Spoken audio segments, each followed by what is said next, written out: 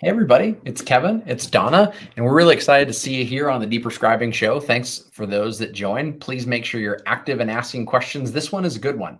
We went through a patient case and we talked about cholesterol last time. We're going to dive right into an exciting world of psychiatry and all the little nuances that can fall on top of this. And you can see inside of a patient, there is a prescribing cascade that can happen here, and we'll get into the waterfall right after this.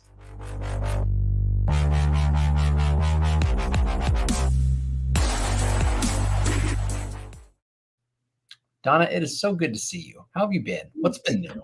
Good. Everything's good. And finally got to get outside and do a little bit of cleaning up, winterizing, as we say. It didn't rain yesterday, so we were good. It was a weekend without one day of rain. So, Oh, um, yeah. I So love that. winterizing in the sweater weather of fall. Love it. So what's the latest and greatest in your speaking tour? And for everybody, I always Yeah. got this book handy right next to me with the Med Thank Strong you. kind of pocket Yes, you've been doing a bit, absolutely. Donna. Yeah, Anything I to have educate? some really fun things coming out. Well, one, I'm going to be at ASCP annual. Not that I'm speaking there, but I will be there. So please see me while I'm there. I'd love to connect with other pharmacists that are just as passionate about deprescribing as I am or want to learn a little bit more. But I think the next big thing is Grand Rounds is coming up. So I'll be doing a Grand Rounds on deprescribing and pretty excited about that. And then I Wow. have some other smaller groups in and around the community with older adults. So I'm excited about these. Tell us for the grand rounds, what facilities does that include when you guys do that in your region? Yeah, so it's actually at the hospital where I have my site, and it's Huh? part of the University of Massachusetts Medical School. Oh, And this particular smaller hospital, that's part of it in Leominster. Um, they have med residents that actually are part of the hospital, and then also part of a family clinic. So I'm able to talk about a lot of transitions of care with them, and which is really great and perfect for our community, that older adults landing in the hospital, leaving, and hopefully not having readmissions. yes. Okay. Well, that is awesome, Donna. I Mm. I know that I've talked several times about the book and some elements inside of it. I think one thing for everybody to know is, when you think of books and you think, oh boy, there's a lot of reading inside of there. There is. But one really handy thing that I think was brilliant, Donna, that I was going to give you kudos on is you inside of the actual like breakdown of like where the steps are for deprescribing. Donna Yeah. tells you exactly where diagrams are located, like so that you can start helping break these things down. And Mhm. so helpful from a patient's perspective. When I thought of the book initially, I thought this is going to be very clinician focused. I'm really excited to be able to see it. And then reading through it, I love the patient like mindset so that people can feel empowered to take over their own meds. And I think the case we're going into is one of those, with a family feeling like they want to be empowered to take care of this. And I'll bring it up on screen so we can take a Yeah, peek. for sure. So, as you know, last week we had talked about the cholesterol side of things and worked through those meds that the patient was taking. But just to bring it back, we have a 35-year-old female who is just having some issues in regards to just polypharmacy and being over medicated and lots of issues. So, what we're looking at today is we're looking at more of the behavioral medications that she's taking. She's bipolar, depression, and anxiety. So lots of issues going on for this patient. But there's so many meds that she's taking, Kevin. So when we think about polypharmacy and we think about all of the comorbidities that folks have and some of these other parameters that we as pharmacists can actually really take a look at and really have some more control over is thinking about polypharmacy. What is the anticholinergic burden of the people that we're looking at with the meds that they're taking? And then the other one is because I work mostly in geriatrics, but really anybody can be frail. 35 years old, I don't quite know how frail this particular patient is, but there could be some issues with her not being able to exercise or get out of her way, or because of mental health reasons, not being motivated, and or just anxiety to the point where you're almost immobilized from it too. So there's a lot of issues, I think, that we might see with this particular case. But when Yep. we look at these 22 meds she's taking, her polypharmacy medication number is 22. Mhm. So we say, as always, polypharmacy is typically looked at 5 or more medications, and that is really just a number that's been used in um, a lot of studies and kind of putting a value around it. But on the other side of things, once we hit 10, that's hyperpolypharmacy. This person's taking 22 medications. So, really phenomenal amounts, and something that we do see, but how do we tackle it? How do we look at it? Mhm. Her anticholinergic burden is 12. Wow. And this is huge because if you're at 3 or more, then you are at high risk of falls, of side effects, and especially there's also concerns about death. And it says it right in the AC burden. So there's issues with just pure numbers, pure anticholinergic burden that this person is experiencing. So just to run down some of the medications that she's taking, especially for mental health purposes, benztropine is one that she's taking. That is an anticholinergic burden of 3. Hydroxyzine, again, another anticholinergic burden of 3. Sertraline, um, that's an anticholinergic burden of 1. Trazodone, another anticholinergic burden of 1. She's using cariprazine. That does not have any anticholinergic burden to it that I could see. So, yay for that one. And then lorazepam, another number 1 for anticholinergic burden. Another thing I want to bring to your for this particular case is the methocarbamol is not necessarily being used for uh, the behavioral medicines or mental health medications. However, it does still have an anticholinergic burden of 3. Again, so here we are looking at 12 for this anticholinergic burden, which is just amazing. So we really have to start thinking about this patient. How do they feel, right? So we know anticholinergic burden can cause dry mouth and dry eyes. It can cause grogginess, confusion. But the other thing that we need to be thinking about, Kevin, is that it can increase heart rate too, can cause tachycardia. If we have an anticholinergic burden of 12, guess what? We're probably causing some tachycardia here. And there is a medication in her notes. It actually um, was, I think, populated, but it says lisinopril was being used for heart rate, which is not necessarily the case. That would be used for blood pressure. It's the carvedilol that she was taking that is probably being used for heart rate. So here we go, right? Look at all these meds and talk about this prescribing cascade that she has on board. So with all of these medicines, we have to start going, whoa, what are we treating and how much is being added on? What's been tried and kept on, or what's been tried and there's side effects and now we're adding more. So there's just so much involved with this particular patient. Yeah, there really is, Don. And I love that right off the bat, you brought up 2 numbers, which I feel like for most folks, we don't go there. We try to just jump into the pharmacology right from the beginning. But it's nice to be able to do a couple things. One, categorize or compartmentalize, what are we going to deal with first? Because there's a lot to chew Yeah. on. And 2, like we have to have some kind of triaging process as we're going through our individual patients that we're looking at and being able to establish standard numbers to be able to define what is the Mhm. polypharmacy level for a patient, what is the anticholinergic burden, potentially even looking at the regimen complexity scoring. All of those things Mhm. can really help you to zone in on okay, here's some of the issues that I need to focus on in general.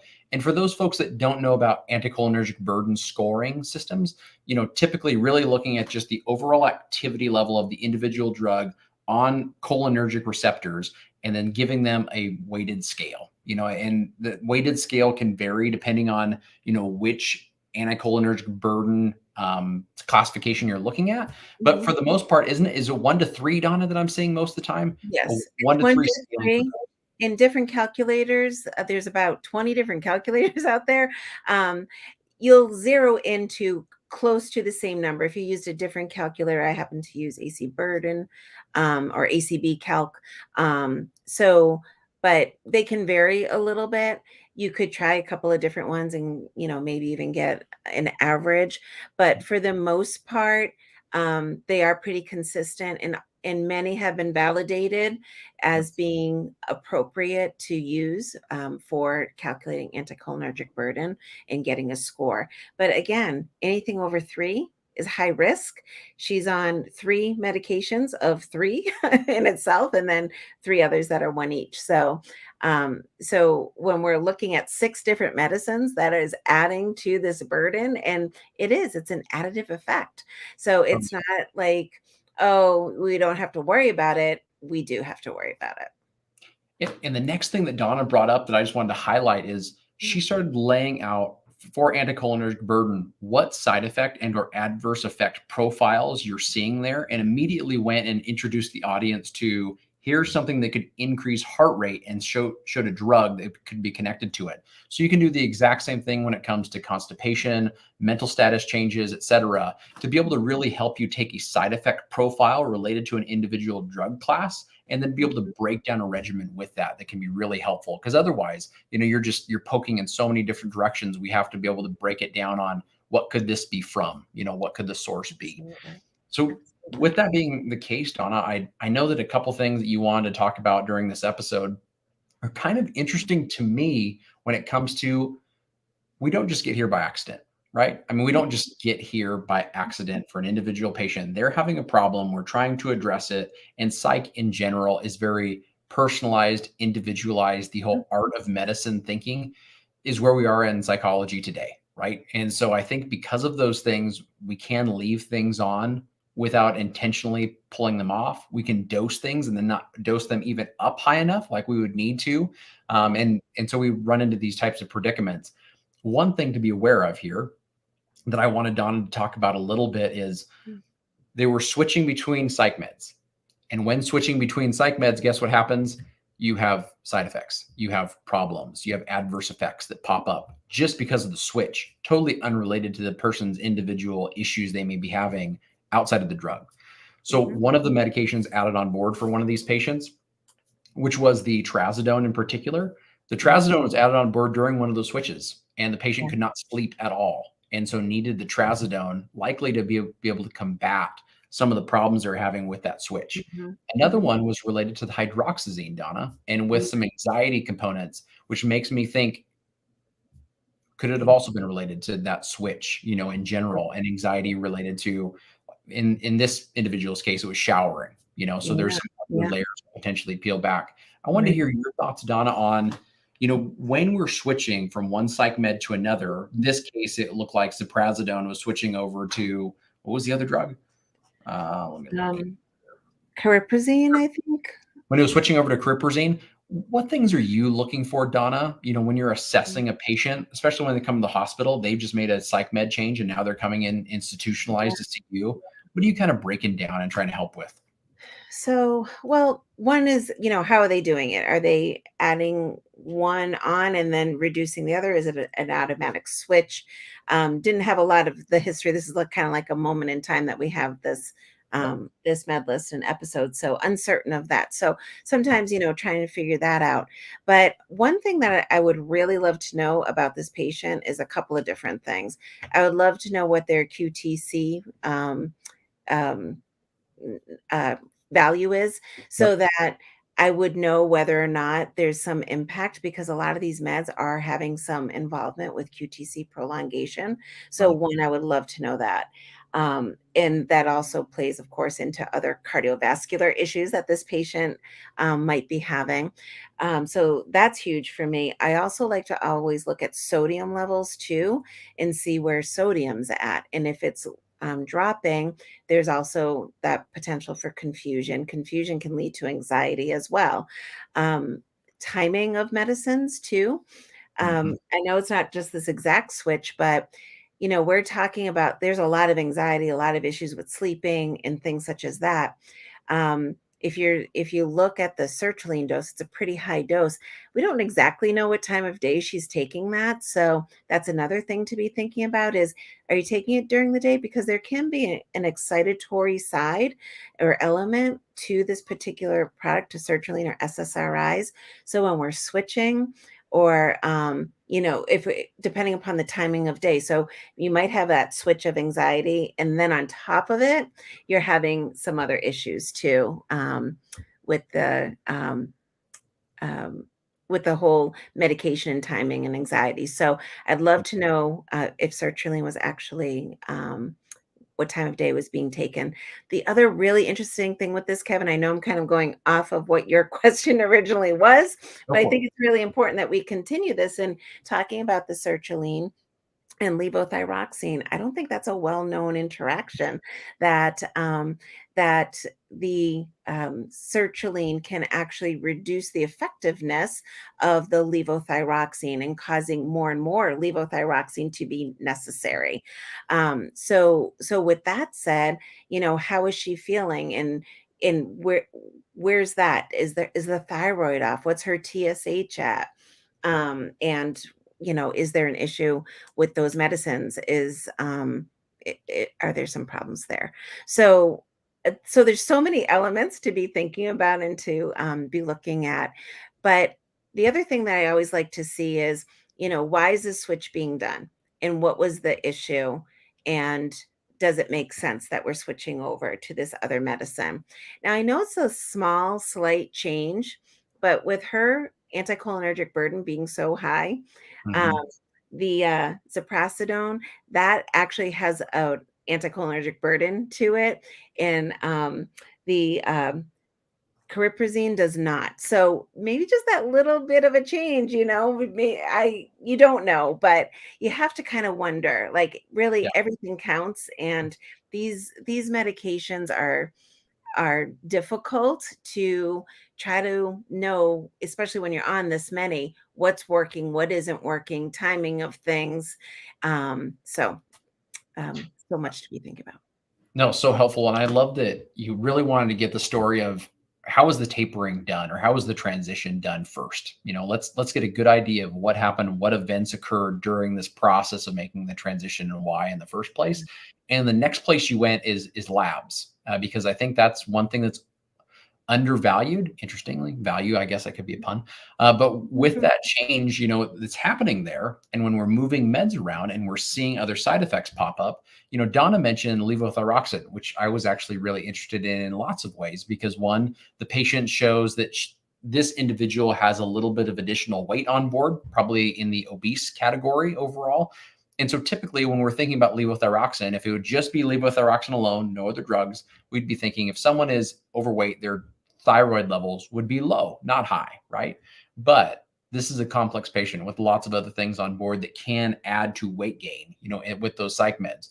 And so sometimes that can be blocked in general. And we know that adding on 112 micrograms, so we're not at a starting dose for her levothyroxine. We've already increased it to a certain degree that can cause anxiety in itself and some other problems related to tachycardia, et cetera, et cetera. Mhm. And so now we've Absolutely. got other drugs that are playing roles inside of Mhm. there. So I love that we can start with something like laboratory evaluation to really get a better picture with that QT, TSH, reflexive T4 to get a Mhm. better idea of what's happening metabolically Yeah, with this patient and from a cardiology standpoint. Donna, what absolutely. was the next thing that we wanted to focus on with this this patient? So, I know that benztropine will be a question I'll be asking you about soon, but you go you want to know well, next. just real quick, as we're still talking about some of the anxiety issues too, Yeah. lorazepam is also put on this, and it's once daily. But you have to kind of wonder when that was put on. So, was it put on when you're starting these other meds? Was it put on when she started sertraline with the SSRI, and then was it never taken off? Does she take it all the time? Is there that much, so there's still that question too, as to like the timing of when that had begun. So just something else. There's so much here for anxiety. You got to wonder, like, the base is not working. The sertraline probably is not working. She's at 150 milligrams. We probably need to try something else. But there's a lot of other things that could be excitatory as well. When Mhm. we're talking about the benztropine and hydroxyzine, both of those are being used for anxiety purposes. And I believe the benztropine was being added on because of jitteriness and Like was, EPS related. I'm sorry, say that again. Is it EPS related is your Yes, thought? yes, EPS related. And so, yes, another, issue with this patient. But if we're switching around meds, and we might not need it right now. I That one kind of threw me a little bit, especially with the hydroxyzine. I believe that was added on after. So it's Mhm. like, why are we adding on even more? Like, it doesn't make a lot of sense to me. I just feel like things just keep getting added and not reevaluated. I was very happy to see that the atypical antipsychotics were actually being switched, but instead of just being added on. But if you look at this, there's so many multiple meds being used for the same purpose that unfortunately, we don't have a good handle. No, so well said. And I think the other thing that Don and I both talked about is this fact. If we look at this list, we can see that there are several specialists involved, including Mhm. nephrologists, OBGYN, psychiatrists, and primary care. And we can see one of those drugs when we're talking about anxiety, sleep disorder, et cetera, trazodone was added on by the primary care specialist. These Mm, are all psych. And if we scroll down, we can see this lorazepam, which isn't listed but is assumed because it's in the ER discharge report, was likely an ER doc, that mm, added that on board. And so mhm, now we've got multiple players, kind of looking and throwing something in there to try to, quick fix a fire. But as right. Donna said, we have to be able to take that step back and see, are we becoming rather duplicative because of the individuals that are prescribing? So one thing I would suggest to those that are out there and doing an evaluation that can be really helpful is get something like a pivot table together. So a pivot table can be really helpful if you can make one of the columns who is the prescriber, so you can get a drug list that prescriber is looking at because they feel like that's what they are concerned about, like that's in their purview.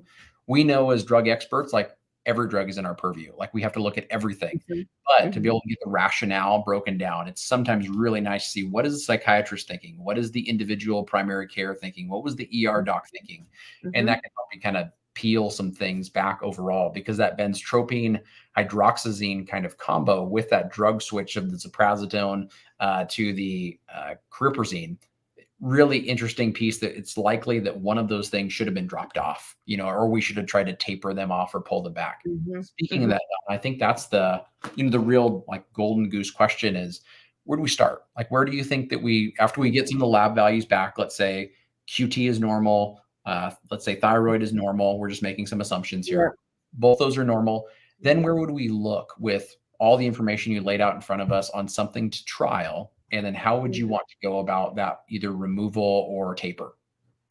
Yeah, so I think with the new drug added on, if there's still jitteriness, et cetera, happening, then or not, I would be questioning the benztropine at this point just to see if it really is necessary. The other is, not again, not knowing the whole history and all of the great information. Have you tried other SSRIs? Has there been any SNRIs tried previously? Maybe we have to start thinking about the sertraline is not really working for this anxiety. It just seems that very high dose, and still having to really play in a lot of as needed or additional medications that mm, you know are causing some type of anxiety or issue. Also, um, what's going on with counseling too. I always like to look at that. What's happening with counseling? Non-farm can be super helpful, so maybe thinking about that. We could be thinking about even just foods and intake. Does she have a lot of caffeine? Is there, well, she has blood sugar issues, right? So all of these things get added on when we're looking at a patient who has multiple medications and the atypical antipsychotics. Are some of these other issues due to the metabolic syndrome? Is it due to meds that she's taken throughout time? So, how do we look at that? Do we have to look at helping her in that regard to reduce um, and get a better diet so that we get to control a little bit more of the diabetes, get to control the weight a little bit more too, reduce caffeine, and these things that we know that people tend to um, work with, especially if they're groggy, right? She has Yep. this much of an anticholinergic burden. Who knows, right? We could be causing more of an insult there. So, lots of other side effects too. I would want to know, how bad is her dry mouth? Um, she obviously is constipated because she's taking lactulose too. That's that is significant. It's not just a stool softener. So there's a lot of issues. So we have to start reducing this anticholinergic burden. So I'd stop with the top one. I would start with the top ones: benztropine, hydroxyzine, and then we got to try to get that methocarbamol off too. That's a whole nother story.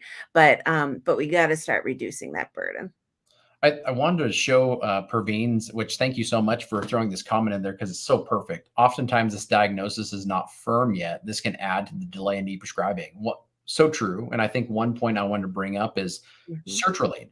There have been some studies that sertraline have been used in mood stabilizer type of functionality in bipolar disorder. I want to say there's a 2018 study that I was just peeking at before the show, but it's usually not a first line choice when we're looking at someone with a bipolar disorder, overall. So I think that that's one thing, Donna, that you bring up.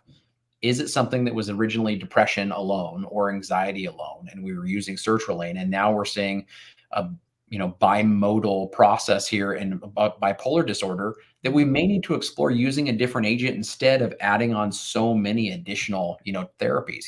And so anyway, I think that's something that is perfect. Thank you, Praveen, for adding that on board because we definitely need it. And then Donna, when it came to that question that you just answered so eloquently, you said you did have an inspiration, and I wanted to showcase that real quick here with this Deprescribing in Psychiatry book that you showed Yeah, us. yeah. So, when before I wrote Med Strong, I was just, looking around, seeing if there were books on deprescribing, and I came across Deprescribing in Psychiatry, and I went, "Wow!" Out of all the areas that we are so scared and nervous to deprescribe, and it seems, I think so. That's just my opinion, but a Mhm. lot of people don't want to touch those meds. And here it is. Here's a book about deprescribing in psychiatry. It is meant more for the clinician. So it definitely has a clinical side to it. It has great review and question and answer sections at the back of each chapter. But what it was fascinating to me with this is it really just goes through the steps, just like any other deprescribing process, and even the process I highlight in MedStrong, where you're taking it step by step and working through. These providers are actually saying, look, we've got to talk to our patients. We have to have these conversations with our patients. We need to ask these questions. We need to see what they're comfortable with. If they don't like the side effects that they're having, they're not going to continue to take the med. So we have to be proactive in this line of deprescribing and moving around in medicines, and not to just to keep adding and keep adding. We have to be very vigilant about treatment and good optimization of medicines. Yeah, I think one thing that I would be remiss not to mention it during the show is that the availability of mental health in the United States is very, very poor. being able to come in and see our mental health providers and make sure they're staying with a holistic plan and sticking with an individual provider throughout the entire disease manifestation process for a patient is seldom, if ever, right? And so I think because of that, this oversight that's somewhat necessary ends up becoming not just the psychiatrist in bold letters recommended this, but it could be psychiatrist one did this, psychiatrist two did this, Mhm. psychiatrist in this facility did this. And Yeah. other things that end up happening are we have individuals that bounce from one location to another for one reason or another. And so we have to become very cognizant as clinicians on, what exactly is happening and what picture is kind of being painted, because that can allow us to unravel a few things back. For example, we had that sertraline one. Well, the original prescriber thought they were dealing with depression. And so they thought this was going to be Mhm. great. They retired, they moved on, patient moved, and now you have a whole new picture that these other individuals are Yeah. looking at. So I think that's so important. And this kind of book can really allow you to have more confidence, in addressing those multiple providers and bringing more people to the table. So, Donna, Mhm. any closing words for us? Thank you for a wonderful episode. No, thank you. And it's just so important. I just want to comment, Kevin, on what our colleague actually wrote in and said. And what happens too, just like meds being added on, diagnoses get added on, and they don't necessarily get corrected or changed or taken off. And there's a whole side to that too. So not only is there deprescribing that needs to happen, but also, listing of comorbidities too. So great point that, it's not always the right diagnosis at first, especially with mental health. And then you'll see this list. Oh, they have depression, they have anxiety, they have bipolar, and it goes on and on. Then, pretty soon they have everything when it might not be what's happening right then and now for the patient. So great points. And so not only do we need to deprescribe, but we have to reevaluate and make certain that the comorbidities are appropriate. Beautiful. Hey, thank you everybody for coming and to join Donna and I. If you ever have any thoughts, comments, other suggestions for episodes coming up, you guys let us know. Otherwise, reach out to us and we'll talk to you soon. Have a great rest of the day. Good night.